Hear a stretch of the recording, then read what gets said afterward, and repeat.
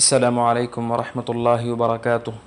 الحمد لله رب العالمين، والصلاة والسلام على أشرف الأنبياء والمرسلين نبينا محمد وعلى آله وصحبه أجمعين وعلى من تبعهم بإحسان إلى يوم الدين. أما بعد، قال الله تبارك وتعالى: أعوذ بالله من الشيطان الرجيم، فاعلم أنه لا إله إلا الله واستغفر لذنبك. محترم بھائیوں، اللہ تبارک و تعالیٰ نے قرآن کریم کے اندر سارے مومنین اور مومنات کو حکم دیا ہے کہ وہ اللہ تبارک و تعالیٰ کے توحید کا علم حاصل کریں۔ اللہ تبارک و تعالیٰ کی دین کا علم سب سے اہم ترین علوم میں سے ہے۔ دنیا میں مختلف قسم کے علوم پائے جاتے ہیں، تعلیم پائی جاتی ہے، لیکن سب سے اہم علم یہ اللہ کے دین کا علم ہے، توحید کا علم ہے۔ اور یہ علم اس لیے سب سے اہم ہے کہ اس سے آدمی کی دنیا اور آخرت دونوں کی کامیابی جڑی ہوئی ہے۔ جب انسان دنیا میں یہ جان لیتا ہے کہ کون سی چیزیں ہیں جو اللہ کو ناراض کرتی ہیں اور اس سے وہ بچ کر وہ کام کرتا ہے جس سے اللہ راضی ہوتا ہے، تو وہ دنیا کی مشکلات سے بھی بچتا ہے اور آخرت کے عذاب سے بھی بچتا ہے اور اللہ کی جنت کا حقدار بن جاتا ہے۔ تو یہ دین کا علم سب سے اہم علم اس لیے ہے کہ اسی میں دنیا اور آخرت کی کامیابی مضمر ہے۔ جو لوگ اس سے دور رہتے ہیں، دینی علم سے غافل رہتے ہیں، اس کا انکار کرتے ہیں، چاہے وہ ابو جہل ہو، چاہے وہ ابو لہب ہو، ان کا انجام کیا ہوتا ہے؟ ان کا انجام یہ ہوتا ہے کہ وہ دنیا میں بھی ذلیل ہوتے ہیں اور آخرت میں بھی نار جہنم کے مستحق بن جاتے ہیں۔ ہم سب مسلمانوں پر یہ ضروری ہے کہ ہم اللہ کے دین کا علم حاصل کریں۔ یہ علم میرے بھائیوں جہاں یہ فضیلت کا باعث ہے، وہیں پر اس علم سے دوری ہمیں ہلاک کر دے سکتی ہے۔ کیونکہ علم نہ ہونے سے شرک جنم لیتا ہے، علم نہ ہونے سے بدعتیں جنم لیتی ہیں، علم نہ ہونے سے محرمات اور گناہ جنم لیتے ہیں۔ جب انسان کے پاس علم آتا ہے تو وہ توحید پرست بنتا ہے، علم آتا ہے تو متبع سنت بنتا ہے، جب علم آتا ہے تو وہ گناہوں سے دور جاتا ہے۔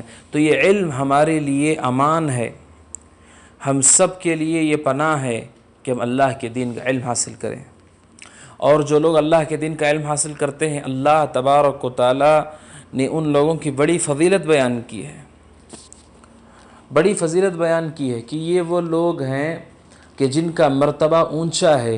قرآن نے کہا: قُلْ هَلْ يَسْتَوِي الَّذِينَ يَعْلَمُونَ وَالَّذِينَ لَا يَعْلَمُونَ، کہ اللہ کے نبی آپ کہہ دیجئے کیا جاننے والے اور نہ جاننے والے برابر ہو سکتے ہیں؟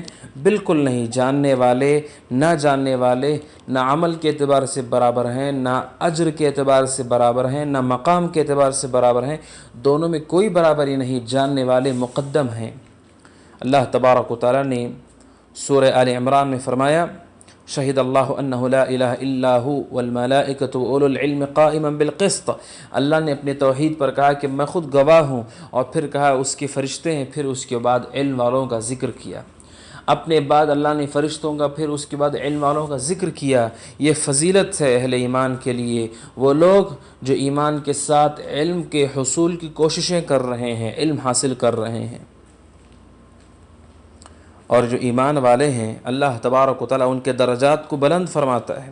سورہ مجادلہ میں اللہ نے فرمایا: یرفع اللہ الذین آمنوا منکم والذین اوتوا العلم درجات، کہ اللہ تعالیٰ ایمان والوں کے اور تم میں سے جو علم والے ہیں، اللہ تبارک و تعالیٰ ان کے درجات کو بلند فرماتے ہیں۔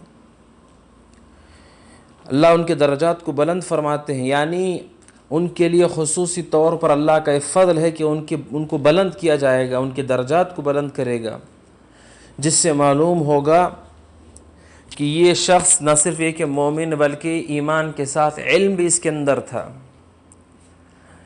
ایمان والوں کو بلندی ہے، لیکن یہ کہ ایمان کے ساتھ جو علم کے حصول کرنے والے لوگ ہیں، اللہ ان کے درجات کو اونچا کرے گا۔ والذین اوتوا العلم درجات۔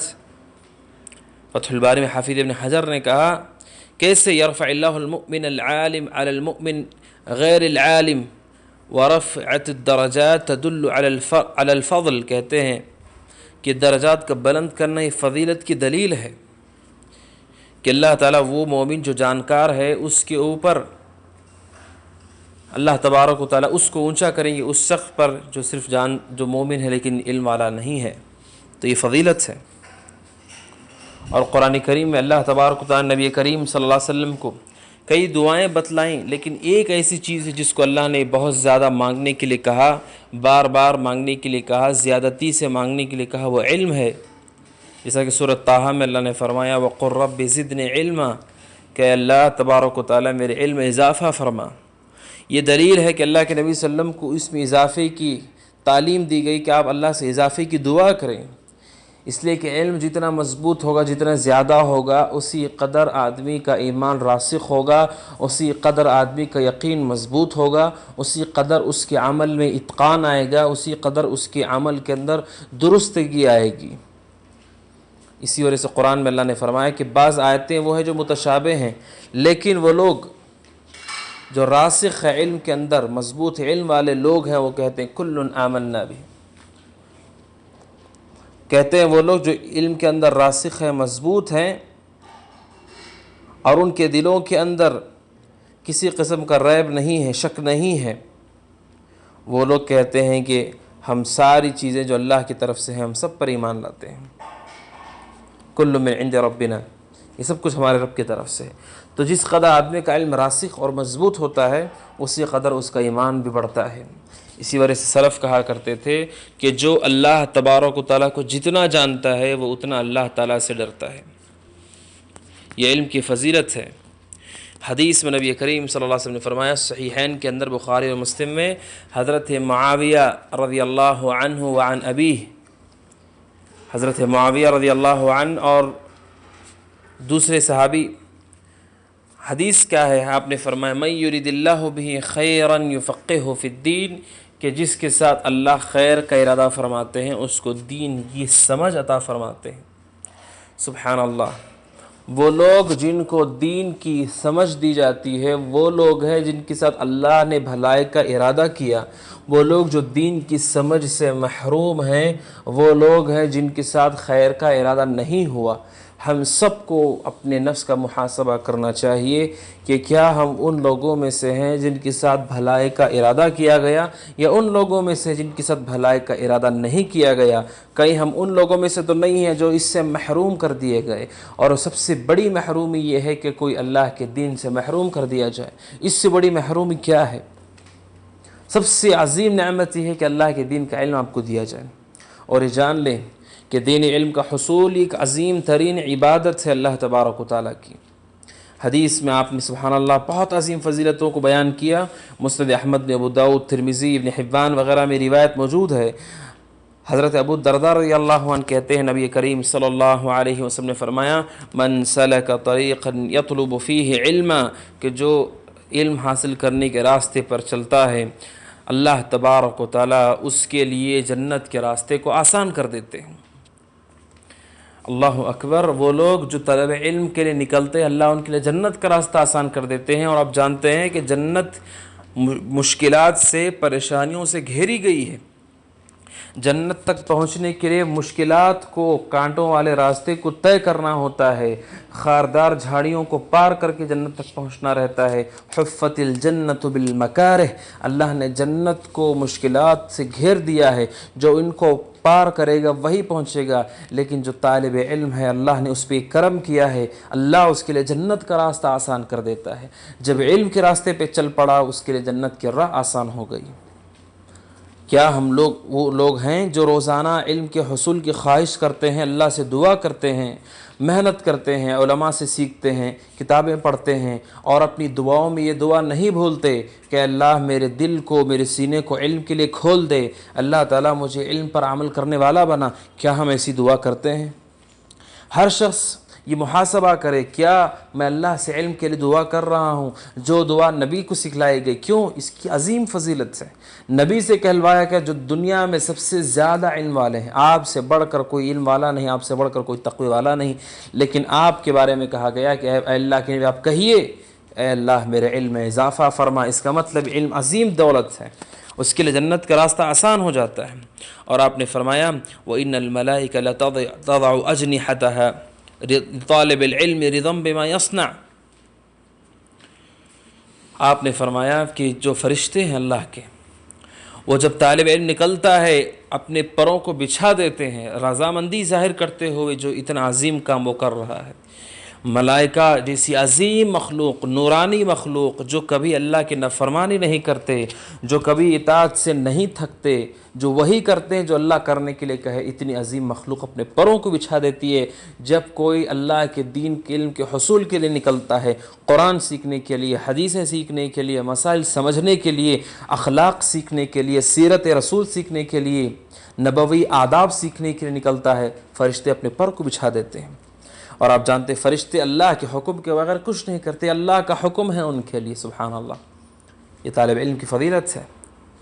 پھر آپ نے فرمایا عظیم فضیلت، جس فضیلت کو ایک مومن سن لے تو پھر اس کے دل کے اندر دین علم کی اہمیت بیٹھ جائے گی، راسخ ہو جائے گی، اور مومن جو ہوگا وہ اس علم کی طرف آگے بڑھنے لگے گا اس فضیلت کو جاننے کے بعد کہ آپ نے فرمایا وَإِنَّ الْعَالِمَ لَيَسْتَغْفِرُ لَهُ مَنْ فِي السَّمَاوَاتِ وَمَنْ فِي الْأَرْضِ وَالْحِيتَانِ فِي جَوْفِ الْمَاءِ۔ آپ نے فرمایا کہ جو علم کے طلبگار ہوتے ہیں، زمین میں جو کچھ مخلوق ہے، آسمانوں میں جو کچھ مخلوق ہے، پانی اور سمندر میں جو کچھ مخلوق ہے، حتیٰ کہ مچھلیاں ہیں، آپ نے فرمایا سب کے سب اللہ سے اس کے لیے استغفار کرتے ہیں۔ استغفار کیا ہے؟ استغفار کا معنی یہ ہے کہ وہ کہتے ہیں کہ اللہ اس بندے کو معاف کر دے، اے اللہ اس بندے کی مغفرت فرما، اے اللہ اس کی گناہوں کو دور کر دے۔ یہ دعا کرنے والے کون ہیں؟ آسمانی مخلوق ہے، زمینی مخلوق ہے، سمندری مخلوق ہے۔ آسمانوں میں اللہ کے نورانی فرشتے ہیں، زمین پر اہل ایمان ہیں، انسان ہیں، سمندروں کے اندر مخلوقات ہیں، بے شمار مچھلیاں ہیں۔ یہ سب کی سب دعا کرتی ہیں طالب علم کے لیے۔ آخر کیوں اتنی فضیلت دی گئی ہے؟ اس لیے کہ یہ علم اللہ کی طرف سے نازل شدہ ہے، اس لیے کہ قرآن اللہ کا کلام ہے، حدیثیں اللہ کی وحی ہیں، یہ اللہ کی طرف سے نازل شدہ ہے۔ جو اس سے جڑتا ہے وہ اللہ سے جڑتا ہے، جو اس کو جتنا پہچانتا ہے اتنا اللہ کو پہچانتا ہے۔ لہٰذا جب اللہ تعالیٰ اتنا عظیم و بابرکت ہے، اس کے دین کا علم بھی اتنا عظیم و بابرکت ہے، اور جس سینے میں یہ علم ہے قرآن کا، حدیث کا، تفسیر کا، سیرت کا، اخلاق کا، یہ لوگ ان کے سینے بھی اتنے عظیم ہو جاتے ہیں کہ یہ قابل قدر بن جاتے ہیں لوگوں کے بیچ میں، اور انہیں حکم ملتا ہے کہ جو لوگ علم والوں کی عزت نہیں کرتے وہ ہم میں سے نہیں، جو ان کے حق کو نہیں پہچانتے وہ ہم میں سے نہیں۔ تو یہ حدیث ہے، جو لوگ اللہ کے دین کے علم کو حاصل کرتے ہیں۔ آج افسوس کی بات یہ ہے کہ ہمارے درمیان اللہ کے دین کے علم کی وہ اہمیت باقی نہیں رہی، خرافات میں امت کھو گئی، بدعات میں، سنی سنائی باتوں میں، رسم و رواج میں۔ آپ بتائیں کہ ہمارے علاقوں میں، ہمارے محلوں میں لائبریریاں ہوتی ہیں کیا؟ ہمارے یہاں گھروں میں دینی کتابیں پڑھی جاتی ہیں، علماء کے بیانات سنے جاتے ہیں؟ اگر آپ دیکھیں کو انتہائی افسوس ہوگا کہ جس قوم کو اتنی بڑی فضیلتیں بتائی گئی علم کے لیے، وہ قوم اس سے دور ہو چکی ہے، خرافات میں ہے، نہ اللہ کو پہچانتے ہیں نہ رسول کو پہچانتے ہیں۔ لہٰذا ہمیں اللہ کی طرف رجوع کرنے کی ضرورت ہے، توبہ کرنے کی ضرورت ہے، تاکہ ہم اللہ کے مقرب بندے بن جائیں اس علم کے حصول کے ذریعے سے۔ اور جو لوگ علم کا حصول کر رہے ہیں، علم کو حاصل کر رہے ہیں، یاد رکھیں کہ اس کا اصل مقصد عمل کرنا ہے، اور جو لوگ صرف معلومات اکٹھی کرتے ہیں یہ کافی نہیں ہے انسان کے لیے، کامیابی کے لیے، بلکہ اس پر عمل کرنا ضروری ہے، اس پر عمل ہونا چاہیے۔ علم سے مراد وہ علم جو آدمی کو عمل کی طرف لے جائے، وہ علم جو عمل سے خالی ہو، وہ علم انسان کے لیے بسا اوقات وبال جاں بن سکتا ہے۔ لہٰذا جب ہم کوئی چیز حاصل کریں تو مقصد عمل کرنا ہو، مقصد اللہ کو راضی کرنا ہو۔ کبھی کبھی کوتاہی ہو سکتی ہے، کبھی انسان عمل سے پیچھے ہو سکتا ہے، لیکن آدمی اللہ سے توبہ کرتے ہوئے آگے بڑھے۔ ایک اشکال یہ ہے، بعض لوگ کہتے ہیں ہم اس لیے علم حاصل نہیں کر رہے کہ ہم عمل نہیں کر پائیں گے۔ نہیں، علم حاصل کرنا مستقل عبادت سے، اس کا اجر ملتا ہے، اور آپ اگر اس علم کے ذریعے سے واجبات کو پورا کر لیتے ہیں تو واجبات پورا کرنے سے آپ گناہوں سے نکل گئے، اور جتنا آپ مزید علم حاصل کریں گے آپ کے لیے فضیلت ہے۔ اگر واجبات نہیں پورے کر پائے تو پھر انسان کے لیے گناہ، انسان کے لیے مشکل ہو سکتی ہے۔ وہ ہر حال میں آپ کے اوپر فرض ہیں واجبات، آپ علم نہ حاصل کریں تب بھی گنہگار ہیں، اور حاصل کر کے نہ عمل کریں تب بھی گنہگار ہیں۔ اس لیے افضل یہ ہے کہ علم کو حاصل کرو، واجبات کو پورے کرو، نوافل کو پورے کرو، اور اللہ تبارک و تعالیٰ کی اطاعت میں، فرما برداری میں آگے بڑھتے جاؤ۔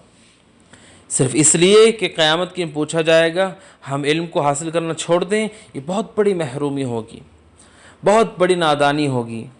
کیونکہ واجبات، نافرمانی جو انسان کرتا ہے اس پر ہر حال میں پرسش ہوگی ہی۔ 5 وقت کی نمازیں فرض ہیں، سارے مسلمانوں کو اس کا علم ہے۔